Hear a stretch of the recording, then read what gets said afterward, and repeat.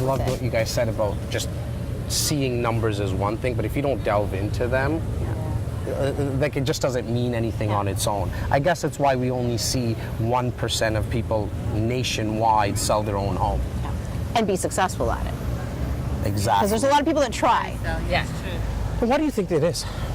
Why, there's somebody listening right now. They can save money. Okay. But I find when I do see what they sold for, that I probably could have gotten them more money to have covered real estate commission expenses. Yes. Probably have done it with no stress on their end. You know, and I have cases in my head where 100% I would have done more money for them. It would have covered my commissions. And, you know, these two almost got a divorce. Like the wife said to me, Georgia, we almost divorced out because she wanted to use a realtor. Yep. Okay. And he didn't. He wanted to save his money. I'm like, fine, no problem. They bought through me. That's fine. So, you know, for me, I'm not deal based. I'm client based. So for me, as long as you want to sell yourself, knock yourself out. I'm here if you need me. Every night I was on the phone with them. Can you check this? Should I call this? This is what they said. Should I make sure this? Sure. Like, sure, no problem. And I did it. I gave them 100% what I would have given my own clients.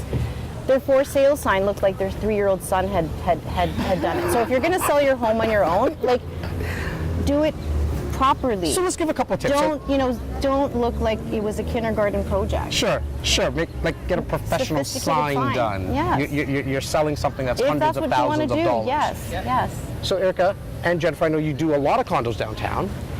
Talking about a for sale sign, you obviously can't, most of the time have one. How do we get the exposure out without MLS? Because our listeners, especially for that one that's listening right now and saying, I want to sell my own home, at, in this specific example, condo, how do they get the exposure out there, Erica? That's where, obviously web presence is a huge piece. Social media has got a ton of reach. Right. Starting with the basics, professional photos, floor plans, virtual tour, multimedia, all of that.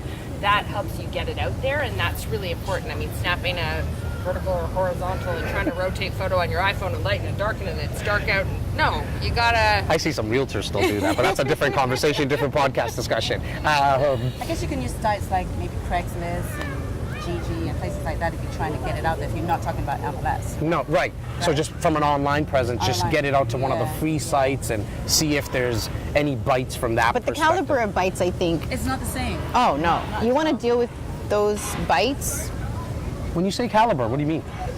So like just the leads are not high-end leads? Yeah, if I'm working with somebody, I've pre-qualified them, I'm making sure I know who they are, I know what they're looking for, we're not randomly, they are qualified people. So let's say on my listing, if I have an open house and I have 20 people come through the open house, that's great, but 90% of them, I don't know who they are.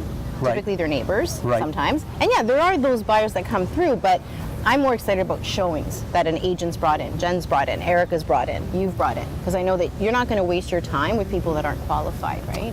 See, and that's huge. I don't advertise on Kijiji or Craigslist. Right. If you're selling your home on your own, you probably might have to do it there.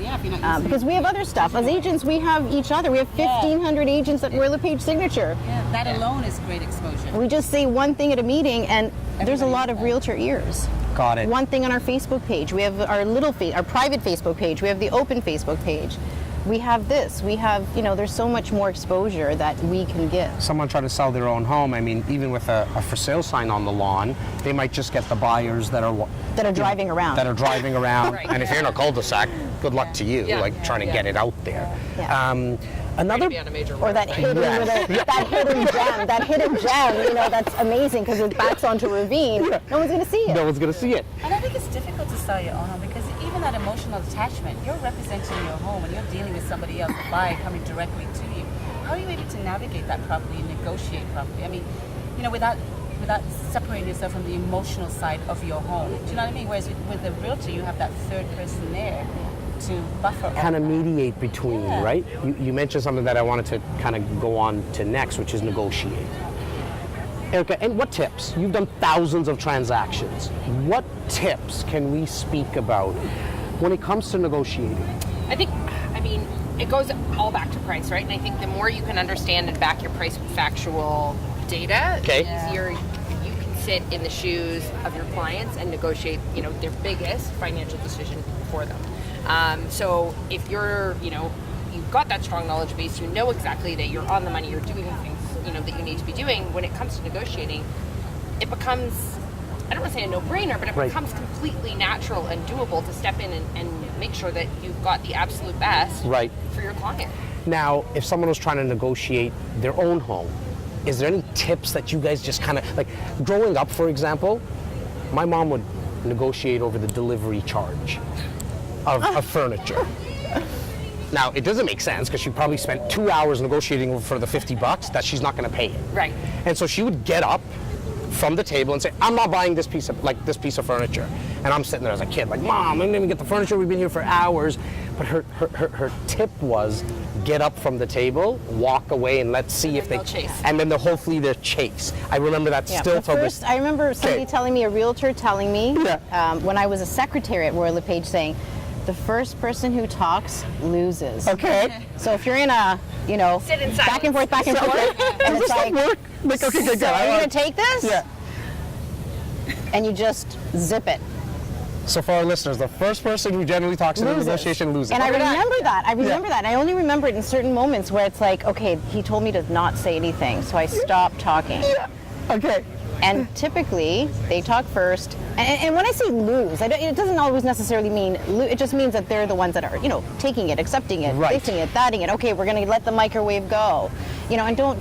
That's another point. Don't sweat the small stuff. You can always buy another fridge.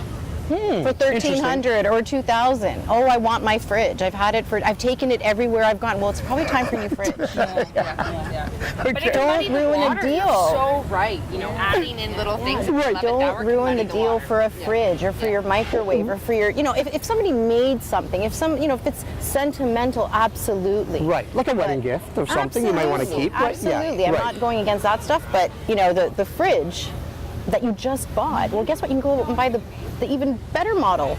The newer one. Probably got a TV on it. Yeah, exactly. Might cook dinner for you. Maybe. What else have we seen? Like in terms of muddying the water, you mentioned, Erica, like in the 11th hour, there's obviously furniture and stuff. How about conditions? Is there anything in and around like mortgage conditions or home inspection conditions? And I think that's where we can sort of navigate as agents, Okay. legally speaking. We're not lawyers, but we've seen enough offers. We've had enough sort of, input from lawyers. Our forms are created, from lawyers, from OREA, from RICO.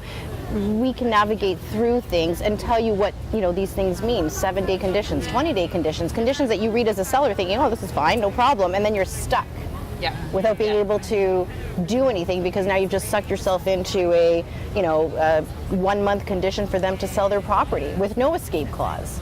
What does that all mean? Well, guess what? We know what it means. What is an escape clause? Just give me the kind of the Reader's Digest version of the clause. I guess it basically means that you give me time to sell my property. So let's say you give me 30 days to try and get a sale on my property. I've bought your property conditional upon the sale of mine.